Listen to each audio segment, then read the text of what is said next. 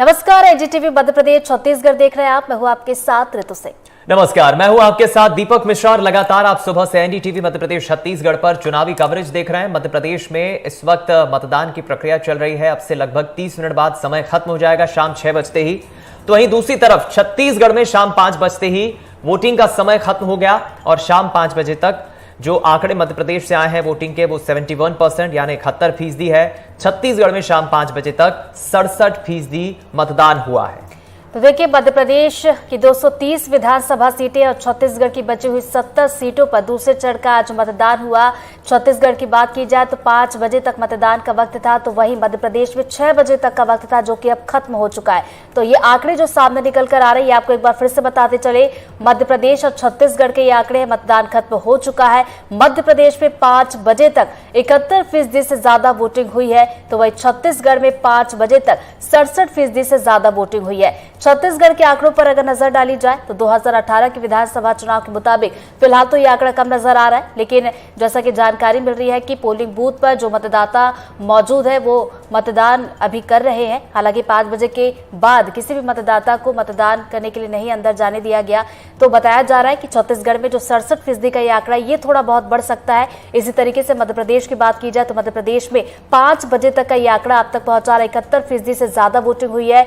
ये 5 बजे तक का आंकड़ा, उसके बाद 6 बजे तक का वक्त मध्य प्रदेश में रखा गया था। और मध्य प्रदेश में भी यही स्थिति है कि जो पोलिंग बूथ पर मतदाता मौजूद है वो मतदान कर सकेंगे, यानी कि मध्य प्रदेश में भी ये जो 71% का आंकड़ा आपको बता रहा है, ये थोड़ा सा बढ़ सकता है। दीपक, बिल्कुल ठीक है आपने ऋतु। इंतजार अब मध्य प्रदेश के वोटिंग आंकड़ों का भी किया जा रहा है। लगभग शाम 7 बजे के बाद ये स्थिति साफ हो जाएगी।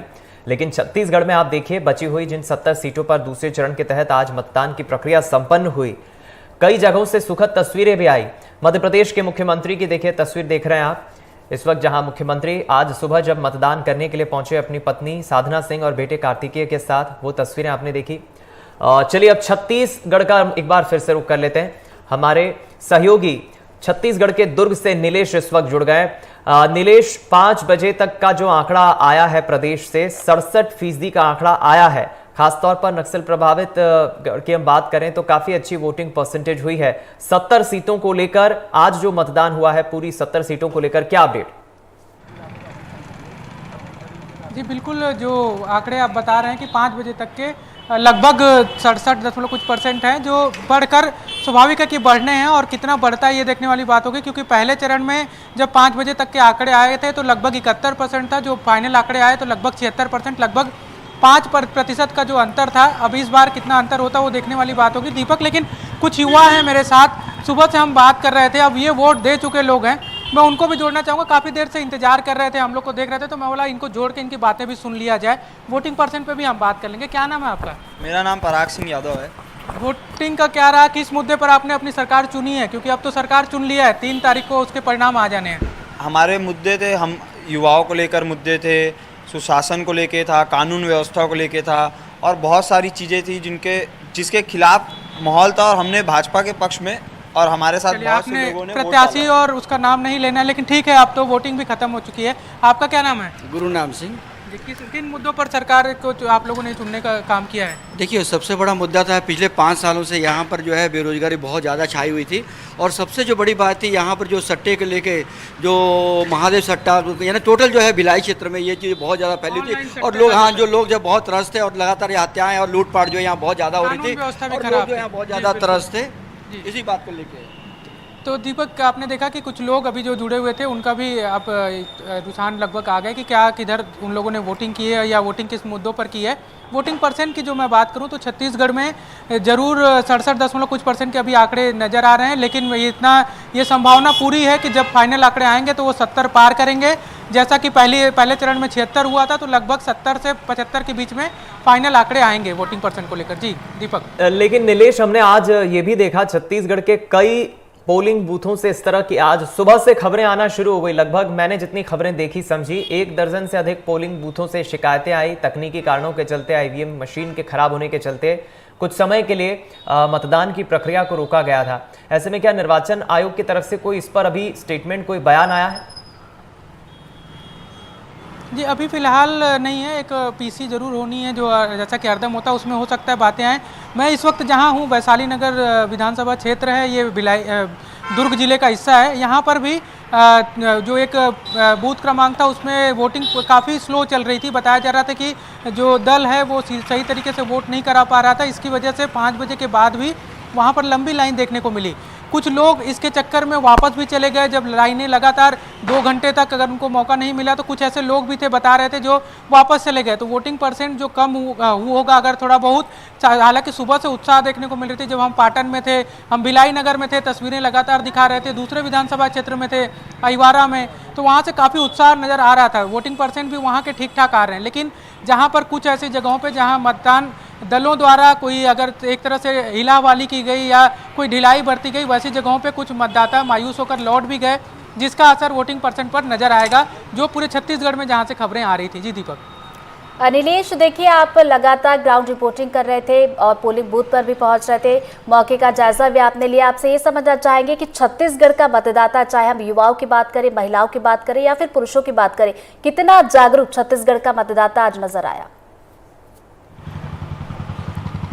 देखिए ऋतु, छत्तीसगढ़ के मतदाताओं को लेकर एक बड़ी अच्छी कहावत है कि उनको आप समझ नहीं सकते कि वो क्या करने वाले हैं। आखिरी मौके तक वो अपना पत्ता नहीं खोलते जिसको देना है। ये जागरूकता का उनका पहला प्रमाण है। दूसरा प्रमाण आज हमने तस्वीरों में दिखाया, सुबह से लेकर एक ऐसे मतदाता जिनका शरीर पूरी तरह से खराब था, वो चल नहीं सकते, बोल नहीं सकते, या उनके हाथ या पैर कोई काम नहीं करते। उनके परिवार के लोग भी उनको लेकर आए थे। 90 साल 95 साल की महिलाएं वोटिंग के लिए निकली। जब हम मुख्यमंत्री भूपेश बघेल के गांव कुरूडी में थे तो वहां पर भी सुबह से तस्वीरें दिखाया हमने कि वोटिंग का टाइमिंग 8 बजे था, लेकिन एक लगभग 80 से 85 साल की बुजुर्ग महिला थी जो आकर बैठ गई थी कि जैसे ही वोट खुलेगा हम अंदर चले जाएंगे। महिलाएं बड़ी संख्या में शामिल हुई, फर्स्ट टाइम वोटर शामिल हुए। यहाँ तक कि कुछ ऐसे युवा हमको भिलाई में मिले जो कोई सिंगापुर में रहता है, कोई ऑस्ट्रिया में रहता है, कोई देश के दूसरे शहरों में रहता है। वो दिवाली में छुट्टी मनाने आया था, उसकी छुट्टी खत्म हो चुकी थी, लेकिन वो रुक गया कि हम वोट देकर जाएंगे। तो जागरूकता का स्तर छत्तीसगढ़ में मतदाताओं में इस स्तर का है। जी ऋतु। नीलेश, ये बात भी सामने निकल कर आई, जैसा कि पहले भी हमने चुनाव में देखा था कि जो आदिवासी क्षेत्र होते हैं, जो नक्सल प्रभावित क्षेत्र होते हैं, वहां पर हम जरूर ये सोचते हैं कि वोटर्स नहीं पहुंचते, लेकिन वहां पर वोटर्स इस बार बड़ी संख्या में पहुंचे वोट करने के लिए। बिल्कुल नीलेश, आप बने रहें, मैं आपसे जवाब लूंगा। आप जवाब दें उसके पहले एक बार मध्य प्रदेश के ग्वालियर का रुख कर लेते हैं, क्योंकि महत्वपूर्ण रीजन है मध्य प्रदेश के पॉलिटिक्स और सत्ता के लिहाज से। हमारे वरिष्ठ सहयोगी देव श्रीमाली साहब इस वक्त हमारे साथ जुड़ गए।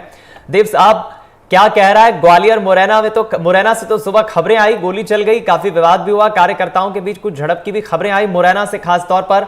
ओवरऑल ग्वालियर चंबल को लेकर क्या अपडेट? बिल्कुल बिल्कुल दीपक, सुबह सुबह मुरैना के दिमनी विधानसभा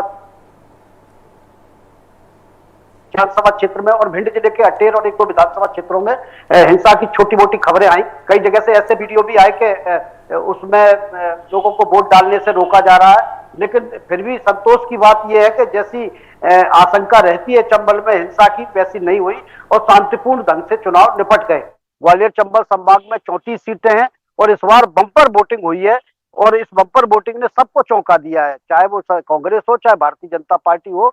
राजनीतिक रूप से अब वो अपने अपने मायने निकाल रहे हैं, चाहे वो राजनीतिक पंडित हो या नेता, क्योंकि जब वोट बढ़ता है तो कहा जाता है कि एंटी इनकम्बेंसी होती है, जो दिखाई भी दे रही थी। लेकिन भारतीय जनता पार्टी के लोग इसके दूसरे मायने बता रहे हैं। वो कहते हैं कि लाडली बहना योजना हमारी जो बहुत पॉपुलर हुई थी महिलाओं के बीच में, तो महिलाएं बड़ी संख्या में वोट देने के लिए निकल के आई है। तो अब जो जनता का फैसला है, वोटर का फैसला है, वो ईवीएम में कैद हो गया है और उसने क्या निर्णय लिया है ये तो 3 तारीख को ही पता चलेगा।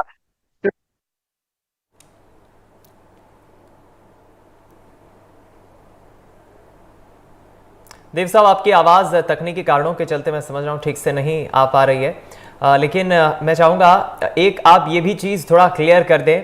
सबसे बड़ा चेहरा मध्य प्रदेश की राजनीति में अभी बीजेपी की तरफ से खुद प्रदेश के मुखिया का रहा, लेकिन उसको लेकर कांग्रेस ने काफ़ी क्रिटिसाइज किया। ज्योतिरादित्य सिंधिया उसी रीजन, उसी गढ़ से आते हैं जहां की रिपोर्टिंग आप कर रहे हैं। तो ऐसे में सिंधिया ने जो सभाएं की हैं, जो प्रचार प्रसार किया है पार्टी के पक्ष में, कितना इंपॉर्टेंट ये फैक्टर आप मान रहे हैं और जनता के बीच क्या वो पैठ बना पाए हैं? ग्वालियर चंबल का मतदाता किसके साथ, ये एक बड़ा सवाल खड़ा होता है। बिल्कुल, इस सवाल का जवाब 3 दिसंबर को ही मिलेगा दीपक। बड़ी बात यह है कि सिंधिया ने बड़ी मेहनत की है इसमें कोई दो राय नहीं, क्योंकि लेकिन मुकाबला सिंधिया से ही था, ये भी अपनी जगह सही है। कांग्रेस ने भी पूरा आक्रमण सिंधिया पर ही फोकस किया था, क्योंकि ये दुखती रग थी जिससे वो भारतीय जनता पार्टी के घाव को भी सहला सकते थे, उसके कार्यकर्ताओं को, जिसके बारे में नाराज भाजपा, महाराज भाजपा, शिवराज भाजपा कहा जाता था। यहाँ तक कि प्रियंका गांधी भी अपने चुनाव के अंतिम प्रचार थमने के एक दिन पहले सिंधिया पर सीधे आक्रमण करके गई और उनके परिवार की गद्दारी को से जोड़ते हुए उन्होंने बात कही। तो वो बात वही थी कि कांग्रेस के कार्यकर्ता और कांग्रेस के नेता इस चुनाव को सिंधिया पर ही केंद्रित रखना चाहते थे और वो इसमें कामयाब रहे। और सिंधिया को भी यह पता था, क्योंकि भारतीय जनता पार्टी ने भी सारा दारोमदार सिंधिया पर छोड़ दिया था और सिंधिया ने यहाँ कोई कोर कसर नहीं छोड़ी। 60 से ज्यादा मीटिंग की उन्होंने ग्वालियर चंबल संभाग में। पिछले 3 महीने से लगातार वो जातिगत सम्मेलन कर रहे थे, लोगों से मिलने जुलने की कोशिश कर रहे थे, भाजपा के कार्यकर्ता और अपने कार्यकर्ताओं के बीच में सामंजस्य बिठाने की कोशिश कर रहे थे। जो कुछ करना चाहिए ज्योतिरादित्य सिंधिया ने सब कुछ किया, क्योंकि सबसे अधिक प्रतिष्ठा अगर किसी की दांव पर लगी है तो वो ज्योतिरादित्य सिंधिया यानी सिंधिया परिवार की लगी है, क्योंकि अब तक का जो रिकॉर्ड रहा है सिंधिया परिवार के आसपास ही सत्ता की चाबी घूमती रहती थी ग्वालियर चंबल संभाग से। तो अब ये 3 तारीख को पता चलेगा कि सिंधिया अपनी वो जादू दिखाने में कामयाब हुए हैं या नहीं हुए हैं। और कांग्रेस का भी ये कि उन्होंने जो पिछले 2 साल के अंदर यहाँ जमीनी अपना नेटवर्क तैयार किया था, उसकी ताकत से वो सिंधिया का मुकाबला कर पाए हैं या नहीं कर पाए। देवश्री माली जी ग्वालियर से, इजहार भोपाल से हमारे साथ एक और सहयोगी जुड़ गए। इजहार का रुख करेंगे। इजहार, देखिए दर्शक जो इस वक्त हमें देख रहे हैं वो ये जरूर जानना चाहेंगे कि 5 बजे तक का आंकड़ा तो हम बता रहे हैं कि 71% से ज्यादा मध्य प्रदेश में वोटिंग हुई है, 6 बज चुके हैं और फाइनल आंकड़ा अभी आना बाकी है। क्या लगता है कितने तक ये पहुंच पाएगा आंकड़ा? देखिए, यहाँ पर मैं आपको एक चौंकाने वाली जानकारी देना चाहता हूँ कि मध्य प्रदेश की राजधानी भोपाल, जहाँ पर प्रधानमंत्री आए, जहाँ पर केंद्रीय गृह मंत्री अमित शाह आए, जहाँ पर कांग्रेस के राष्ट्रीय अध्यक्ष मल्लिकार्जुन खड़गे आए, जहाँ पर राहुल गांधी ने रोड शो किया, उस भोपाल की अगर हम वोटिंग की बात करें तो जो शहर की उसकी 6 विधानसभा है वो वहाँ पर 61% से ज़्यादा मतदान नहीं हुआ है। कहीं पर 55% हुआ है, कहीं पर 56 हुआ है। शहर की 6 विधानसभाओं में सबसे ज्यादा जो हुजूर विधानसभा है वहां पर 61% मतदान हुआ है। और अगर हम बात करें देहात की तो भोपाल की जो बैरसिया विधानसभा है, जो देहात की विधानसभा है, अकेली ऐसी विधानसभा है जहां पर 72% मतदान हुआ है। तो कहीं ना कहीं जो भोपाल शहर है उसमें मतदाताओं में जागरूकता की कमी देखने को मिली है, मतदाताओं में वोटिंग करने को उत्साह देखने को मिला है। शायद यही वजह है कि जो मतदान है अभी तक, हालांकि जो ये मतदान है, जो इसका टोटल फाइनल परसेंटेज है वो हो सकता है 7 बज जाए, उसको आने में 8 बज जाए, लेकिन जो 5 बजे तक जानकारी सामने आई है उसके मुताबिक कहीं ना कहीं शहर में जो मतदान है वो काफ़ी कम हुआ है। उसके कंपैरिजन में जो देहात है वहाँ पर ज़्यादा मतदान हुआ है। तो इससे जो है कई तरह के सियासी जो है समीकरण बनाए, जो राजनीति के जानकार हैं, जो सियासी पंडित हैं, उन्होंने जो है अपने अपने गणित देना शुरू कर दिए हैं और तरह तरह की चर्चाओं का दौर शुरू हो गया है। जी इजहार, देखिए बड़ी बात यह है कि निर्वाचन आयोग की तरफ से भी मतदाताओं को जागरूक करने के लिए अपील भी की गई थी, अभियान भी चलाए गए थे, लेकिन जैसा कि आप बता रहे हैं कि मतदान उतना हुआ नहीं है शहरी मतदाता की तरफ से। तो इसके पीछे की अगर वजह समझने की कोशिश मैं करूं तो क्या वजह हो सकती है कि मतदाता मतदान केंद्रों तक वहां पर नहीं पहुंच पाए? देखिए, अगर हम बात करें मतदान प्रतिशत को बढ़ाने की तो जिला प्रशासन ने और जो इलेक्शन कमीशन है उसने कई तरह के नवाचार किए थे, तरह तरह के प्रयास किए थे, कॉम्पिटिशन कराए थे, जागरूकता अभियान चलाए थे, रैलियां की गई थी और भी कई तरह के कार्यक्रम चलाए गए थे। सोशल मीडिया के जरिए, इलेक्ट्रॉनिक मीडिया के जरिए, प्रिंट मीडिया के जरिए कोशिश की गई थी कि जो भोपाल है उसका प्रतिशत को बढ़ाया जाए, क्योंकि अगर हम बात करें 2018 विधानसभा चुनाव की तो 2018 विधानसभा में भी 64-65% तक ही भोपाल शहर में मतदान हुआ था। बेरसिया विधानसभा जिसमें अभी 72% तक मतदान हो चुका है, अकेली ऐसी विधानसभा थी जिसने 75+ को क्रॉस किया था। इसको लेकर जिला प्रशासन ने अपनी सारी कोशिशें की, लेकिन उसके बाद भी कहीं ना कहीं जो मतदान है, जो मतदान का प्रतिशत है, वो बता रहा है कि भोपाल शहर के लोगों ने मतदान करने में जो है अपनी रुचि नहीं दिखाई है, जिसकी वजह से जो मतदान का प्रतिशत है वो काफी कम है। हुजूर विधानसभा जो कि जिसका एक बहुत बड़ा भाग देहात में आता है, वहां पर 61% मतदान हुआ है। उसके अलावा अगर हम बात करें भोपाल मध्य की, उत्तर की, नरेला की, दक्षिण पश्चिम की, कि जो मेन शहर की विधानसभाएं हैं, यहां पर 55%, 56%, 58% तक मतदान हुआ है। जी तो देखिए दीपक, इजहार जैसा कि बता रहे हैं कि बड़े बड़े शहरों की बात की जाए जहां से हम उम्मीद करते हैं कि मतदाता जागरूक होंगे, वो मतदान के लिए पहुंचेंगे, लेकिन यहाँ पे उलट और चौंकाने वाले आंकड़े इजहार हमें बता रहे हैं कि यहाँ पर मतदाता जो है मतदान के तक पहुंचे ही नहीं है। दीपक बिल्कुल ठीक है आपने, इजहार तो हमारे साथ बने हुए हैं और काफी अच्छी बात उन्होंने कही है। इजहार की ही बात का मैं एक सिरा निकालकर छत्तीसगढ़ पहुंचूंगा नीलेश के पास। नीलेश, हमने देखा कि छत्तीसगढ़ में भी दोनों ही प्रमुख राजनीतिक दलों ने, चाहे बीजेपी हो कांग्रेस हो, पूरी ताकत झोंक दी।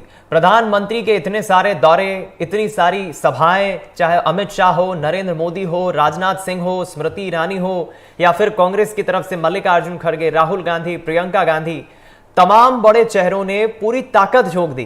कांग्रेस का माहौल यही था कि हम किसी भी तरह सत्ता में रहे, और बीजेपी ने सोचा कि किसी भी तरह एक बार फिर हम कमबैक करें।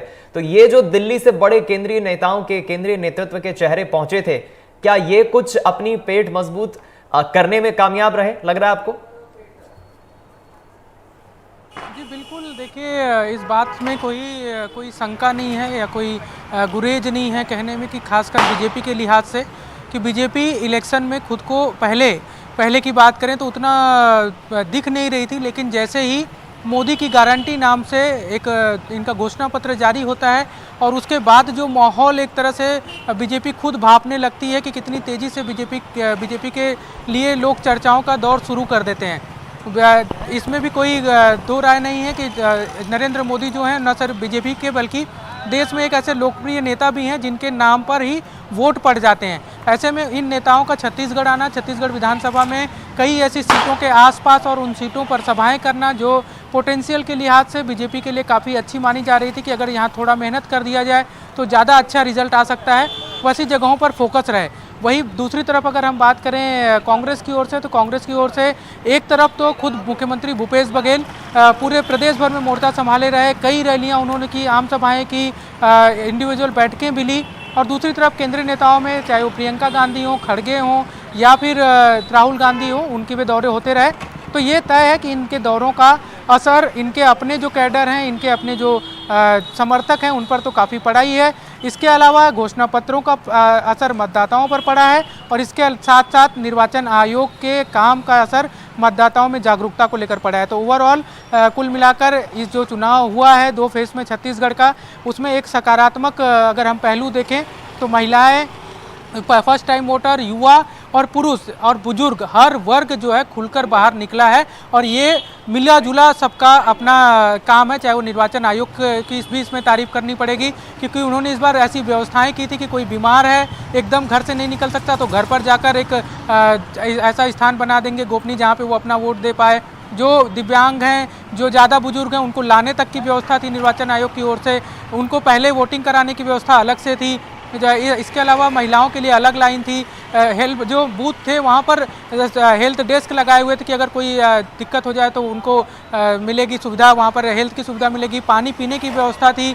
मतलब हर तरह की जो जरूरी मूलभूत सुविधाएं होती हैं निर्वाचन आयोग ने उपलब्ध कराने की कोशिश की, जिसका लाभ आज उत्साह के रूप में जो देखने को मिला फर्स्ट फेज में भी और सेकेंड फेज में भी मतदाताओं के अंदर। जी बिल्कुल ठीक कहा आपने नीलेश, ये कुछ महत्वपूर्ण बात आपने साझा की है। निर्वाचन आयोग के ऐसे में बड़ी भूमिका होती है और स्थानीय प्रशासन को हमें नहीं भूलना चाहिए, चाहे फिर वो कलेक्टर हो या फिर सरकारी कर्मचारी हो। हर एक सदस्य जिसने अपनी ड्यूटी जिम्मेदारी से निभाई और इस पूरी प्रक्रिया को संपन्न कराया है, मेहनत सभी की रही है। 3 तारीख को प्रत्याशियों की किस्मत जो ईवीएम में कैद हुई है उसका क्या परिणाम आता है देखने वाली बात होगी। देव साहब, अब मैं मध्य प्रदेश के ग्वालियर चंबल के रीजन की बात करूं तो जिस तरह की कैंपेनिंग दिग्गज नेताओं की तरफ से की गई थी, जिस तरह का आगाज खुद प्रधानमंत्री नरेंद्र मोदी ने बीजेपी की तरफ से किया हो या राहुल गांधी ने किया हो, दोनों ही पार्टियों के मध्य केंद्र में, केंद्र बिंदु में महिलाएं थी। आधी आबादी महिलाओं को लेकर भी काफी जोर शोर से इस चुनाव में कैंपेनिंग की गई। तो क्या महिलाओं का रुझान आपने ग्वालियर चंबल में आज के दिन वोटिंग पोलिंग बूथों में जाकर देखा? नहीं, बिल्कुल महिलाएं आई तो, लेकिन उतनी बड़ी संख्या में महिलाओं का अंतर दिखाई दिया नहीं। जो अनुपात 2018 या 2013 में दिखाई देता था, 1-2% को छोड़ दिया जाए तो वही है, क्योंकि वोटिंग तो काफी हुई है ग्वालियर जिले में भी या ग्वालियर संभाग में भी। ग्वालियर में भी लगभग 70% के आसपास वोटिंग होने की अनुमान है। लेकिन अगर हम देखेंगे ना, तो ये 6 विधानसभा क्षेत्र ग्वालियर में है और सिटी के अंदर की जो 3 विधानसभा क्षेत्र हैं उनका वोटिंग परसेंटेज 60 के आसपास सिमट कर रह जाएगा। तो जो भोपाल की स्थिति थी वही ग्वालियर की स्थिति है। एवरेज हमारा 70 इसलिए निकल रहा है कि ग्वालियर ग्रामीण में, भितरवार में, डबरा में और इन विधानसभा क्षेत्रों में हम देखेंगे तो 75% 78% वोट गया है। और वहां जरूर लोगों ने इस एक तरह से कहेंगे इसको एक उत्सव के रूप में मनाया। शहर के लोगों ने जो बीजेपी का कोर इलाका माना जाता है, शहर के लोगों में कोई बहुत ज्यादा उत्साह नहीं दिखा और इसका नतीजा ये निकला कि यहाँ वोट बैंक वोट का जो परसेंटेज है वो भी गिर गया। जबकि फोकस पूरा ग्वालियर में अगर हम देखेंगे तो नरेंद्र मोदी जी, अमित शाह जी और खड़गे जी सब ग्वालियर। चलिए देव साहब, ये बड़ा देखना दिलचस्प होगा। काफी अनोखा, काफी यूनिक ये पिछले चुनाव के मुकाबले 2023 का विधानसभा चुनाव रहा। वोटिंग प्रक्रिया अब दोनों ही प्रदेशों में, मध्य प्रदेश और छत्तीसगढ़ दोनों ही राज्यों में समाप्त हो गई है। प्रत्याशियों की किस्मत ईवीएम मशीन्स में कैद हो गई है। 3 दिसंबर का इंतजार है जब परिणाम सामने आएंगे। हमारे सभी सहयोगी, आप सभी का बहुत शुक्रिया। नीलेश, देव साहब और इजहार, आपका शुक्रिया हमारे साथ इस खबर पर जुड़ने के लिए, ओवरऑल अपडेट हम तक पहुंचाने के लिए। खबरों का सिलसिला जारी है और चुनावी कवरेज भी एनडीए टीवी पर जारी है, कहीं जाएगा मत। इस बुलेटिन में फिलहाल इतना ही। खबरों का सिलसिला जारी है। नमस्कार।